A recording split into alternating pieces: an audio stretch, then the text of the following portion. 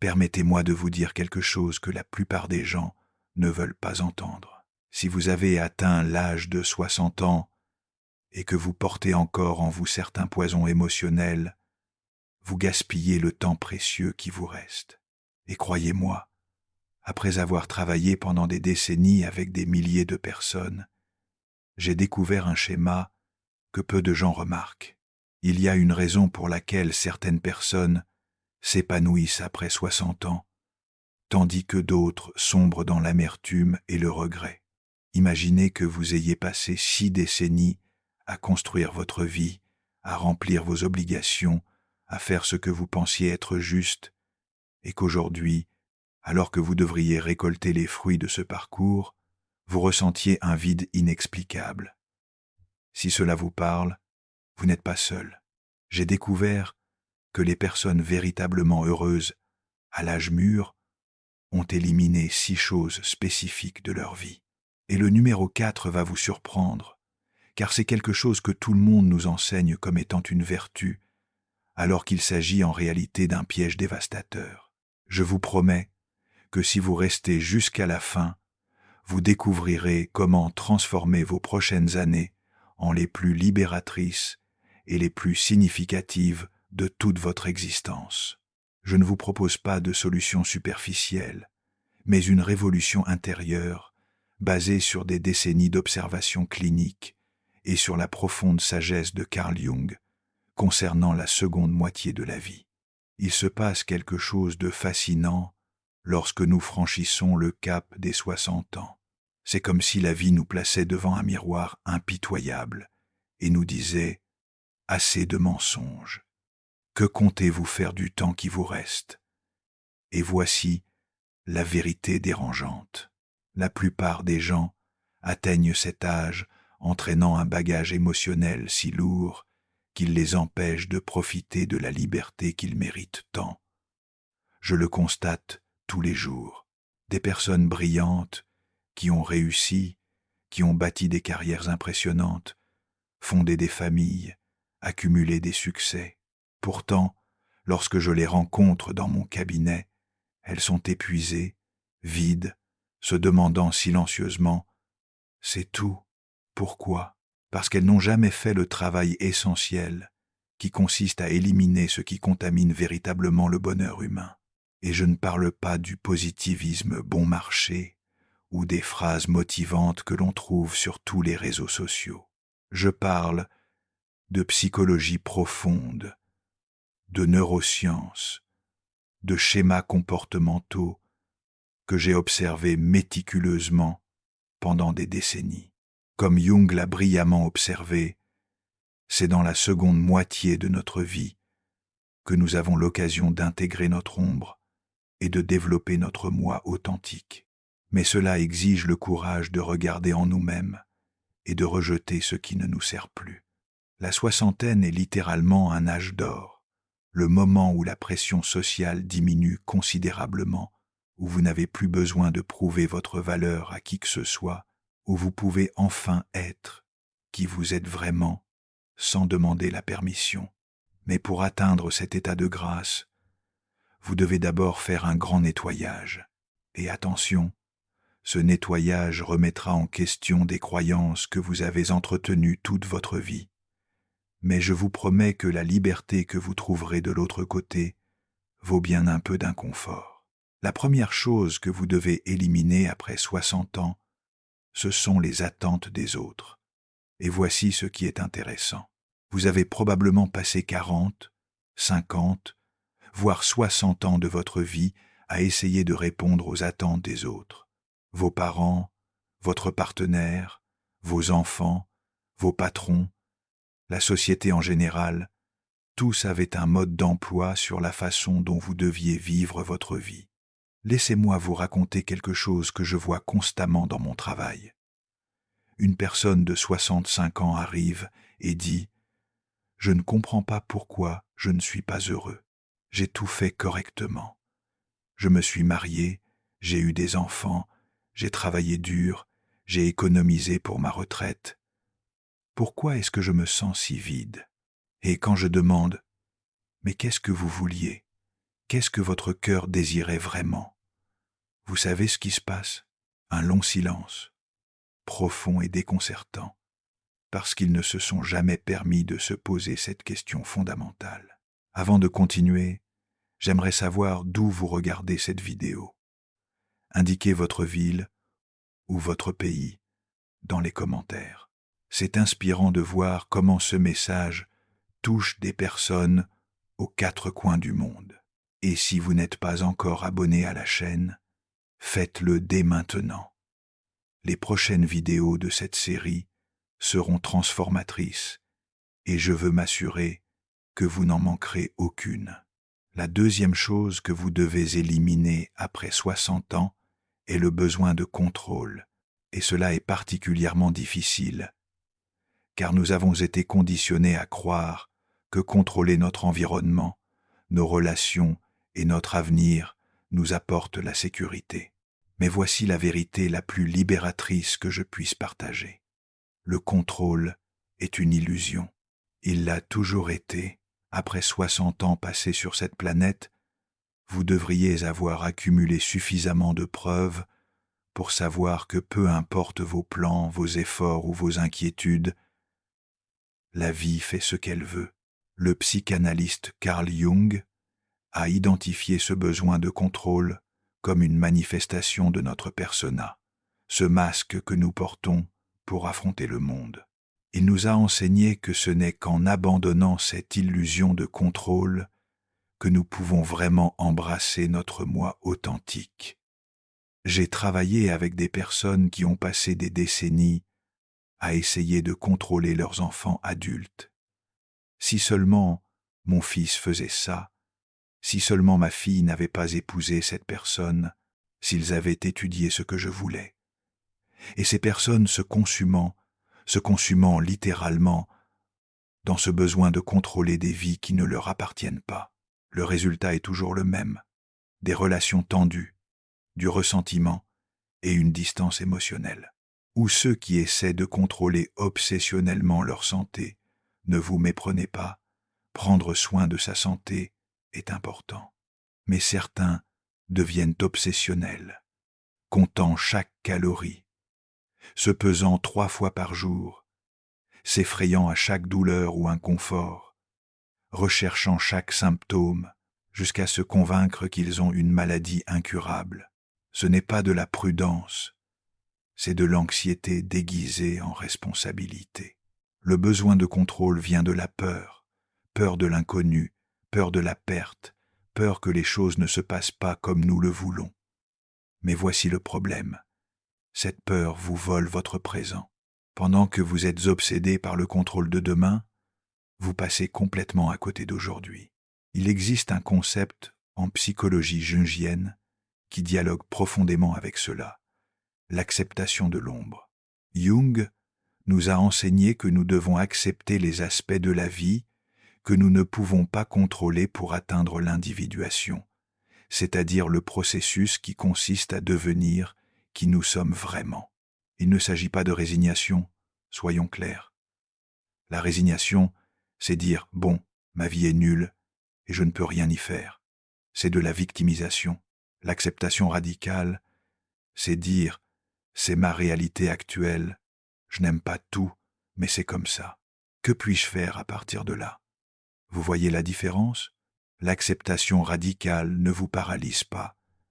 Elle vous rend plus fort, car vous cessez de gaspiller votre énergie à résister à ce que vous ne pouvez pas changer, et vous canalisez cette énergie vers ce que vous pouvez réellement influencer.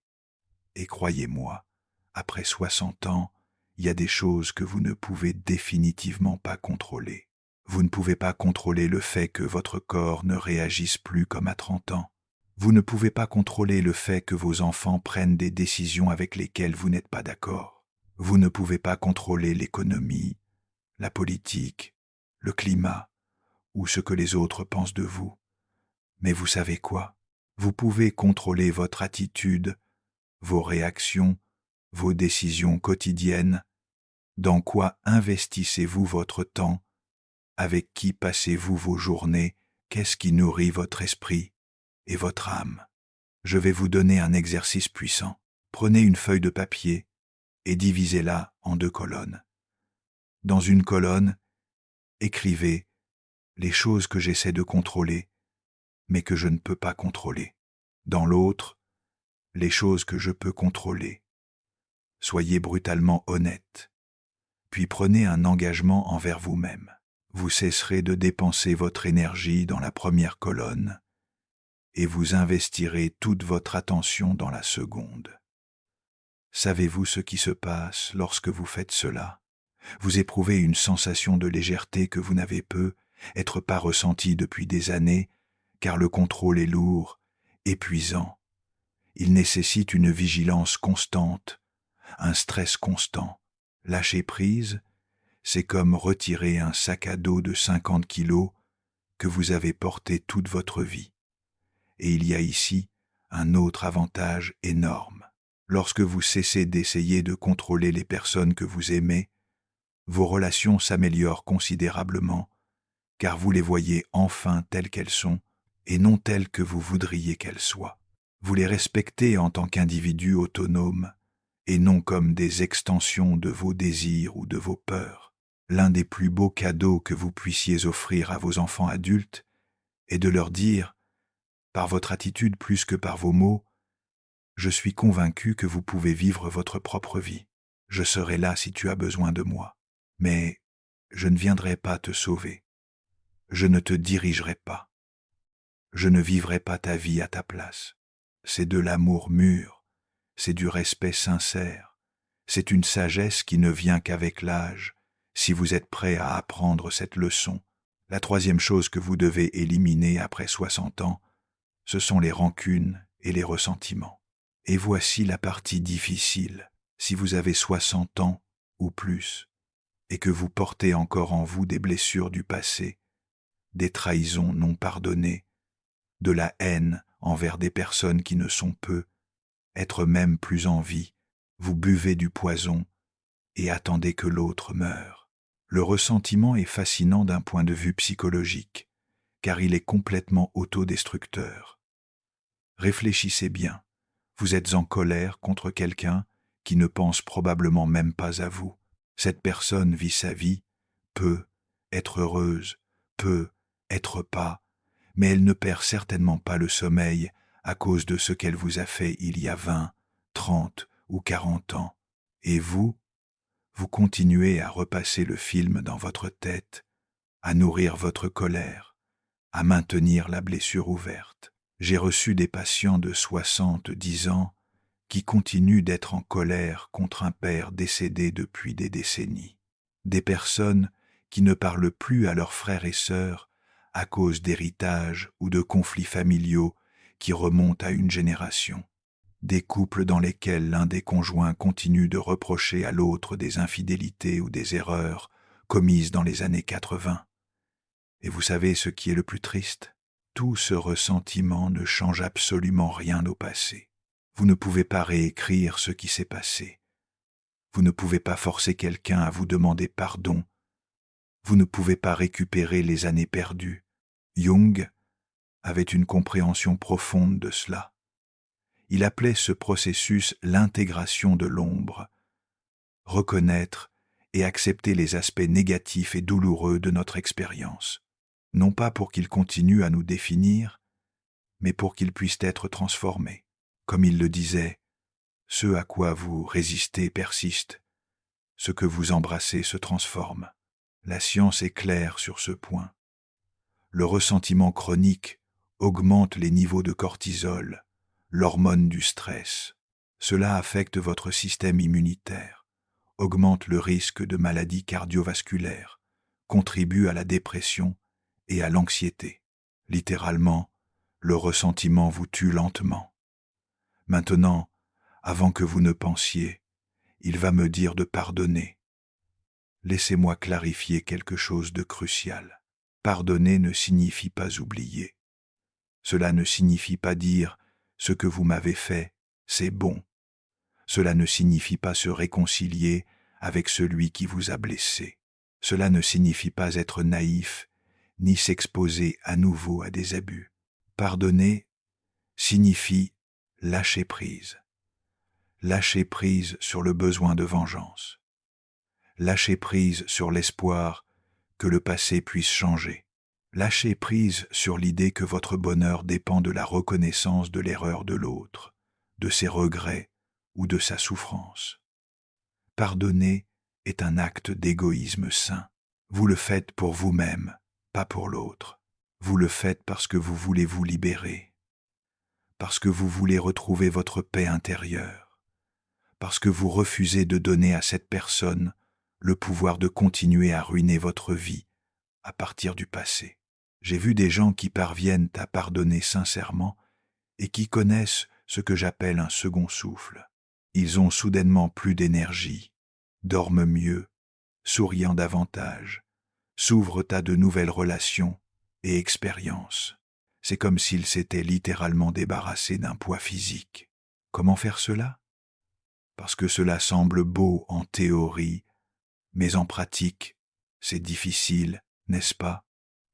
Tout d'abord, reconnaissez la douleur, ne la minimisez pas, ne vous dites pas « je devrais déjà avoir surmonté cela », nommez ce qu'on vous a fait, ressentez la colère, ressentez la tristesse, laissez place à cette émotion. Deuxièmement, comprenez que cette personne a agi à partir de sa propre blessure, de sa propre limitation, de sa propre obscurité.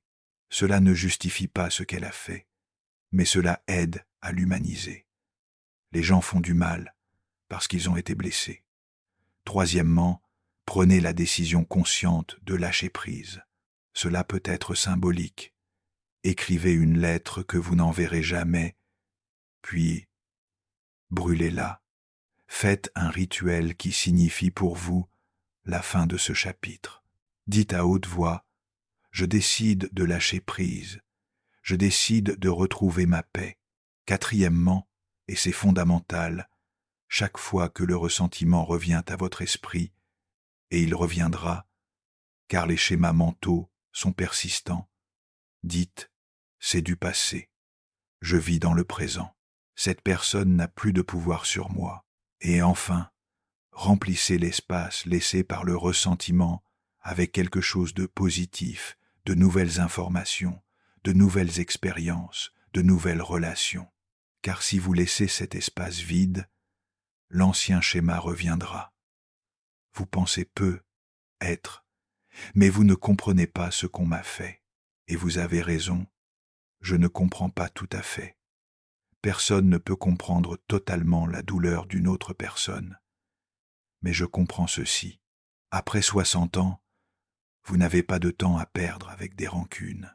Chaque jour est précieux. Chaque instant a de la valeur. Voulez-vous vraiment passer vos dernières années à ruminer votre amertume? Ou voulez-vous goûter à la légèreté, à la liberté et à la paix qui découlent du lâcher-prise? Laissez votre réponse dans les commentaires ci-dessous. Votre expérience peut éclairer le chemin d'une autre personne qui vit la même chose. Nous arrivons à la quatrième chose que vous devez éliminer. Et comme je vous l'ai dit, celle-ci va vous surprendre. Vous devez éliminer le sacrifice comme identité. Voici le choc. La société, en particulier notre culture latine, nous a vendu l'idée que se sacrifier pour les autres est une vertu suprême, que les bonnes mères se sacrifient, que les bons pères se sacrifient, qu'être noble signifie toujours se mettre à la fin de la file d'attente. Et laissez-moi être clair. Je suis en faveur de la générosité, de la solidarité, d'aider ceux que nous aimons. Mais il y a une énorme différence entre donner à partir de l'abondance et se sacrifier à partir du manque. Quelle est la différence? Lorsque vous donnez à partir de l'abondance, vous le faites parce que vous le voulez, parce que cela vous comble, parce que vous avez de quoi donner. Vous n'attendez rien en retour, vous ne gardez pas une trace mentale de tout ce que vous avez fait pour les autres. Vous ne vous sentez pas victime. Vous n'utilisez pas votre générosité comme monnaie d'échange émotionnel. Mais lorsque vous vous sacrifiez à partir de votre identité, à partir du manque, vous le faites parce que vous croyez que cela vous permettra de gagner de l'amour, de l'approbation, de la reconnaissance. Vous le faites parce que votre estime de soi dépend du fait d'être nécessaire, parce que vous ne savez pas qui vous êtes si vous ne servez pas, ne prenez pas soin, ne vous donnez pas jusqu'à vous vider. Cela est directement lié à ce que Jung appelait la persona, le masque que nous portons pour nous conformer aux attentes sociales. Pour beaucoup, en particulier dans notre culture, la persona du sacrifice devient tellement intimement liée à l'identité qu'il est presque impossible de séparer qui nous sommes vraiment du rôle que nous jouons. Et c'est là que réside le problème. Après des années, des décennies de sacrifices, vous accumulez une énorme dette émotionnelle et vous attendez qu'on vous la rembourse. J'ai abandonné ma carrière pour mes enfants. J'ai pris soin de ta mère pendant 15 ans. Je n'ai jamais rien fait pour moi. Tout était pour vous. Et lorsque cette dette n'est pas remboursée comme vous l'espériez, viennent le ressentiment, les reproches, l'amertume. J'ai travaillé avec d'innombrables personnes, en particulier des femmes qui ont atteint l'âge de 60 ans et ont réalisé qu'elles avaient complètement effacé leur identité individuelle. Elles étaient l'épouse de la mère de la grand-mère d'eux. Mais qui était-elle en tant que personne? Qu'aimait-elle? De quoi rêvait-elle? Qu'est-ce qui la passionnait? Elles ne le savaient pas. Elles avaient passé tellement de temps à être là pour les autres qu'elles avaient oublié comment être là pour elles-mêmes. Et c'est dévastateur. Car maintenant, quand les enfants ont grandi, quand le partenaire n'est peu, être plus là, ou que la relation a changé, quand on n'est plus activement nécessaire, on se retrouve vide, sans but, sans identité. La vérité dérangeante est la suivante. Personne ne vous a demandé de vous sacrifier autant. Vous avez projeté vos propres besoins émotionnels sur votre famille. Vous avez cru que plus vous vous épuiseriez, plus ils vous aimeraient. Mais l'amour ne fonctionne pas ainsi. Le véritable amour n'exige pas de sacrifice.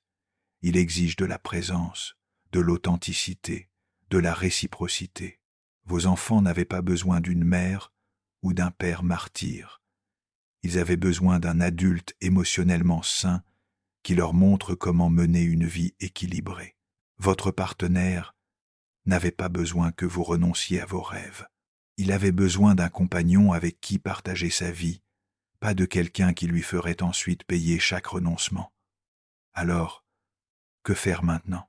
Si vous avez passé 60 ans ou plus à vous définir par votre sacrifice, comment reconstruire votre identité? Tout d'abord, pardonnez-vous.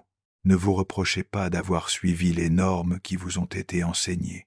Vous avez fait de votre mieux avec les outils dont vous disposiez. Deuxièmement, retrouvez votre curiosité.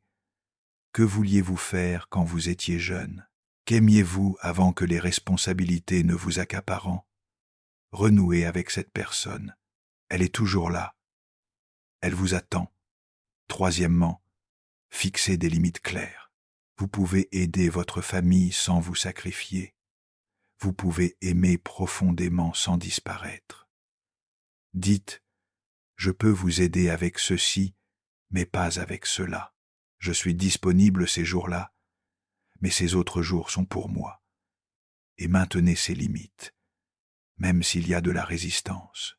Quatrièmement, développez vos propres centres d'intérêt, un passe-temps, un projet, une activité qui n'appartient qu'à vous. Quelque chose où vous n'êtes pas mère, père, grand-parent, épouse, mais simplement vous-même. Et cinquièmement, changez le discours. Cessez de dire « je me suis sacrifié pour » et commencez à dire « j'ai choisi de consacrer mon temps à ma famille et maintenant je choisis de consacrer du temps à moi-même ». Vous voyez comment cela change? Vous reprenez le contrôle. Vous n'êtes pas une victime. Vous êtes quelqu'un qui prend des décisions. Comme Jung l'a souligné dans son ouvrage sur la seconde moitié de la vie, c'est le moment de redécouvrir des aspects de vous-même qui ont été négligés pendant que vous étiez occupé à remplir des rôles sociaux. C'est le moment de retrouver vos rêves abandonnés, d'explorer vos talents endormis, de cultiver une relation plus authentique avec vous-même. Après 60 ans, il est temps de réécrire l'histoire, non pas à partir du sacrifice, mais à partir du choix conscient, de l'équilibre, de la plénitude, car une vie accomplie n'est pas celle qui se consacre entièrement aux autres, mais celle qui trouve l'harmonie entre donner et recevoir, entre le nous et le moi, entre l'amour des autres et l'amour de soi. La 5e chose que vous devez éliminer après 60 ans est la comparaison constante. Et cela est particulièrement toxique à l'ère des réseaux sociaux, où nous sommes constamment bombardés par les vies parfaites des autres. Mais la comparaison n'est pas nouvelle. C'est un schéma que vous avez probablement répété tout au long de votre vie. Vous vous compariez à vos frères et sœurs, à vos camarades de classe, à vos collègues de travail, à vos voisins. Pourquoi ont-ils plus? Pourquoi leur vie est-elle meilleure? Pourquoi leur mariage semble-t-il plus heureux? Pourquoi leurs enfants réussissent-ils mieux? Et après 60 ans, la comparaison prend de nouvelles formes. Vous vous comparez à des amis qui semblent avoir une retraite plus confortable, à des connaissances qui voyagent plus, à des personnes de votre âge qui semblent plus jeunes, en meilleure santé, plus énergiques, à des grands-parents dont les petits-enfants leur rendent visite plus souvent, à des couples qui célèbrent 50 ans de mariage, alors que le vôtre s'est terminé par un divorce. Jung a observé ce phénomène de manière approfondie. Il l'appelait projection. Notre tendance à voir chez les autres les qualités que nous envions ou rejetons chez nous-mêmes. Selon la psychologie jungienne, la comparaison constante est souvent le signe que nous n'acceptons pas certaines parties de nous-mêmes, que nous n'avons pas encore totalement intégré notre ombre. Permettez-moi de dire quelque chose de fondamental. La comparaison est l'ennemi mortel du bonheur. Nous ne pouvons pas être reconnaissants et ressentir du ressentiment en même temps. Nous ne pouvons pas apprécier notre vie tant que nous sommes obsédés par celle des autres. Theodore Roosevelt a dit « La comparaison est le voleur de la joie ». Et il avait tout à fait raison.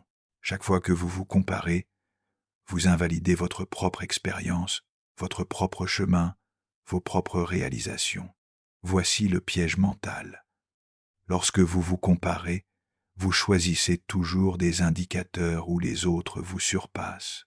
Vous ne faites jamais de comparaison objective et complète. Vous ne pensez pas « Oui, mon voisin a une plus grande maison, mais j'ai une relation plus solide avec mes enfants. Mon ami voyage plus, mais je suis en meilleure santé. » La comparaison est toujours sélective et vous place toujours dans une position désavantageuse. Et il y a quelque chose de plus profond ici. La comparaison vient de la croyance que la valeur humaine est relative, que votre vie n'est bonne que si elle est meilleure que celle des autres. Mais c'est absurde. La valeur de votre vie ne dépend pas de la façon dont elle se compare à d'autres vies. Votre vie a de la valeur en soi pour ce que vous avez vécu, appris, aimé, créé, de plus. Et c'est crucial. Vous ne connaissez jamais toute l'histoire. Vous ne voyez que la surface. Le couple qui semble si heureux après 50 ans de mariage pourrait être ensemble uniquement par habitude ou par peur de la solitude. L'ami qui voyage constamment pourrait fuir une profonde insatisfaction intérieure. La personne qui semble si jeune et en bonne santé pourrait être confrontée à une maladie invisible. Comme le dit le proverbe, « Ne jugez pas la vie de quelqu'un, car vous ne savez pas quelle bataille cette personne mène. » Et j'ajouterai, ne l'enviez pas non plus, car vous ne voyez qu'une fraction de sa réalité. Alors, comment briser le cycle de la comparaison? Tout d'abord, développer ce que j'appelle la gratitude active. Chaque jour, Identifiez consciemment 3 choses spécifiques pour lesquelles vous êtes reconnaissant dans votre vie. Pas des généralités telles que je suis reconnaissant pour ma famille, mais des choses concrètes. Aujourd'hui, je suis reconnaissant pour cette conversation profonde avec mon fils. Je suis reconnaissant que mon corps m'ait permis de marcher dans le parc. Je suis reconnaissant pour ce livre qui m'a fait réfléchir. La gratitude spécifique ancre votre attention sur votre propre expérience. Deuxièmement, pratiquez le détachement des réseaux sociaux. Si vous faites partie de cette génération qui utilise Facebook, Instagram ou toute autre plateforme, soyez très conscient de la façon dont ils vous font vous sentir. Si, après avoir consulté les réseaux sociaux, vous vous sentez mal dans votre peau, il est temps de faire un changement radical. Limitez votre temps. Ne suivez plus les comptes qui suscitent la jalousie. Rappelez-vous constamment que ce que vous voyez est une version éditée et soignée de la réalité. Troisièmement, définissez vos propres critères de réussite. Qu'est-ce qu'une vie réussie pour vous?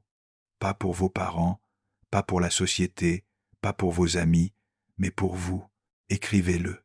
Cela peut être. Une vie réussie pour moi, c'est avoir la paix de l'esprit, des relations authentiques avec quelques personnes, du temps pour lire et réfléchir, et ensuite, évaluer votre vie selon ces critères et non selon ceux des autres. Quatrièmement, lorsque vous vous surprenez à comparer, arrêtez. Interrompez littéralement cette pensée et dites « Je suis en train de comparer, cela ne me convient pas, je retourne à ma propre vie ». C'est un exercice de pleine conscience qui demande de la pratique mais qui fonctionne. Cinquièmement, célébrez vos propres victoires, peu importe qu'elles semblent insignifiantes. Vous avez terminé un projet personnel, vous vous êtes réconcilié avec quelqu'un d'important. Vous avez surmonté une peur, vous avez appris quelque chose de nouveau. Ce sont vos victoires dans votre contexte, avec vos circonstances. Elles sont valables et précieuses. Après 60 ans, votre seule compétition est avec la personne que vous étiez hier. Êtes-vous plus sage, plus paisible, plus authentique?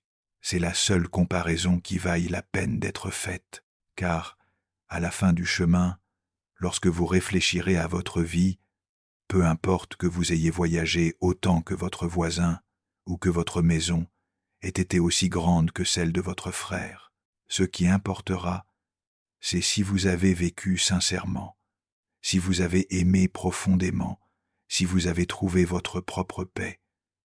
Et ce sont là des mesures absolues, non relatives. Dans la prochaine partie, je vais vous révéler la 6e et la plus transformatrice des éliminations nécessaires, celle qui, lorsque vous la comprenez vraiment, change fondamentalement votre façon de vivre chaque jour. Cette compréhension est au cœur de la philosophie jungienne sur la seconde moitié de la vie, et je vous promets qu'elle sera révélatrice. Nous arrivons à la 6e et dernière chose que vous devez éliminer après 60 ans, la peur de la mort. Je sais que cela peut sembler lourd, inconfortable, quelque chose dont on ne parle pas à table, mais c'est précisément pour cela que nous devons en parler. La peur de la mort est à l'origine de presque toutes les angoisses humaines. La peur de l'échec, la peur de perdre le contrôle, la peur du rejet, la peur d'être oublié. Toutes sont des manifestations déguisées de la peur fondamentale de cesser d'exister. Après 60 ans, cette peur devient plus présente. C'est inévitable. Vous commencez à assister à plus d'enterrements que de mariages. Des amis de votre âge commencent à tomber malades, à mourir. Votre propre corps vous rappelle constamment que la machine s'use. Chaque douleur, chaque inconfort, chaque visite chez le médecin s'accompagne d'un murmure. Vous approchez de la fin. Carl Jung a consacré une grande partie de ses derniers travaux à cette question. Il pensait que faire face à la peur de la mort n'était pas seulement un défi psychologique, mais aussi spirituel.